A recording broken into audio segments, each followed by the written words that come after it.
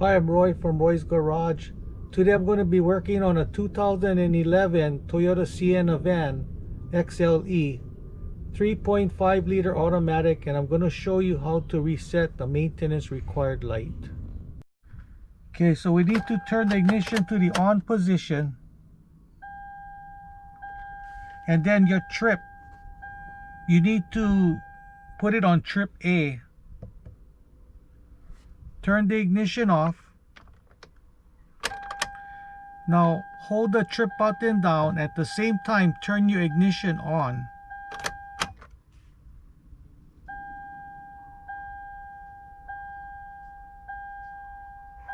So the light went off. So that's how you reset the maintenance required light. If you don't want to miss any of my videos, please subscribe, give me the thumbs up, and I see you in the next video. Aloha.